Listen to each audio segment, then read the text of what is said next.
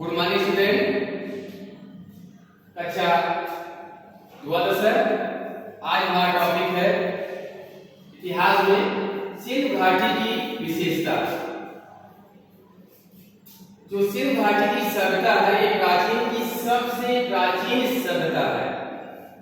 अब इसका नाम सिंधु घाटी ही क्यों पड़ा, इसका मतलब ये है कि इस सभ्यता का विकास सिंधु नदी के किनारे हुआ और उसी के नाम पर ये सभ्यता पड़ी, सिंधु घाटी की सभ्यता। पहले जितनी भी सभ्यताओं का विकास हुआ है ये सारी सभ्यताएं नदियों के किनारे ही विकसित हुई। अब बात ये आती है ये सारी सभ्यताएं नदियों के किनारे ही क्यों विकसित हुई और या मैदानी क्षेत्रों में या पहाड़ी क्षेत्रों में विकसित क्यों नहीं। तो उसका मूल कारण था कि नदियां, क्योंकि हम कोई भी कार्य जीवन की जो हमारी आवश्यकताएं होती है जैसे जल, अगर हम किस कार्य कर रहे हैं तो किस कार्य करने के लिए हमें जल की आवश्यकता होती है। इसके अलावा हमें एक स्थान से दूसरे स्थान पर अगर जाना है तो हम जल मार्ग का ही अधिक उपयोग करते थे, क्योंकि उस समय थल मार्ग और वायु मार्ग विकसित नहीं थे, इसीलिए हम जल मार्ग का उपयोग अधिक करते हैं। अब नाम सुना होगा वास्को डी गामा और कोलंबस, ये दोनों पुर्तगाली नाविक थे जो जल मार्ग द्वारा एक ने अमेरिका की खोज की, दूसरे ने भारत देश की खोज की। ऐसा नहीं कि भारत देश था नहीं, भारत देश था, लेकिन पुर्तगाल के जो लोग थे उनको भारत देश के बारे में जानकारी नहीं थी, इसलिए उन लोगों ने जल मार्ग द्वारा इन नए देशों की खोज की। तो आज हम बात करते हैं कि सिंधु घाटी सभ्यता की उसकी विशेषताएं क्या थी, वहां के लोगों का रहन सहन क्या था।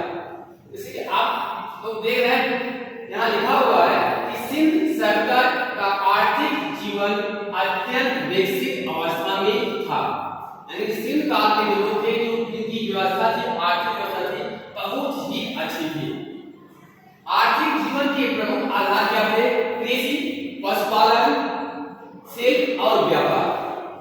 साथ ही साथ सिंधु तथा उसकी सहायक नदियों द्वारा प्रतिवर्ष लाई गई उपजाऊ जलों मिट्टी किस कार्य में बहुत ही महत्वपूर्ण मानी जाती थी। इस उपजाऊ मैदान में जो सिंधु घाटी सभ्यता के जो लोग थे उसमें गेहूं जौ मुख्य रूप से बोते थे। तो हमने आपको मेन पॉइंट बताया। इससे हम बात करें कृषि की, जैसे आप जानते हैं भारत क्या है, कृषि प्रधान देश है। यहाँ पर निवास करने वाला अधिकांश लोग क्या होता है तो रोजमर्रा की जरूरतें कृषि पर निर्भर होती हैं। तो आज से 1000 वर्ष पहले भी लोगों का जो मुख्य व्यवसाय क्या था? कृषि था। लोग कृषि कार्य कहाँ करते थे? मैदानी क्षेत्र में करते थे। क्यों? क्योंकि मैदानी क्षेत्र में फसलों की सिंचाई के लिए जल पर्याप्त मात्रा में सुलभ नहीं होते थे, वो उतनी उपजाऊ थी नहीं, इसीलिए वे नदियों के किनारे वाले क्षेत्र को चुनते थे।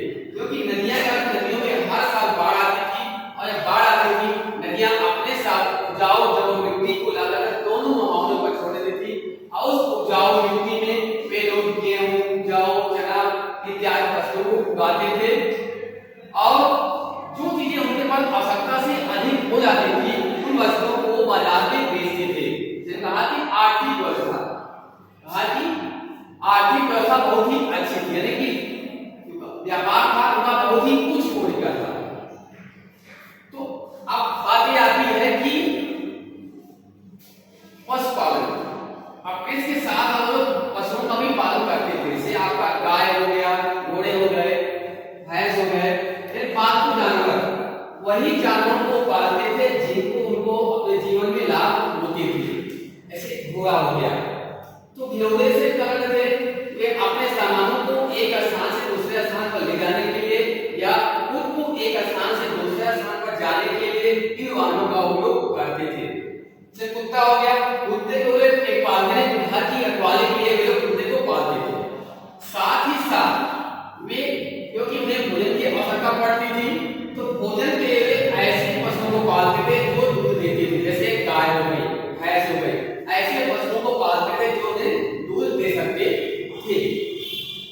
तो आज मैं आपको इसके अलावा सिंधु घाटी सभ्यता बहुत ही कुछ खोज की थी। वहां की चाहे हम आर्थिक व्यवस्था कर ले, चाहे पशुपालन व्यवस्था कर ले, चाहे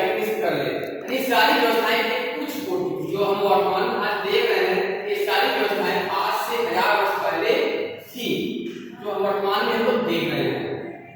तो इस पाठ से संबंधित अगर आपको कोई कंफ्यूजन अगर है तो आप इसमें पूछ सकते हैं और आपको प्रश्न का उत्तर आपको मिल जाएगा।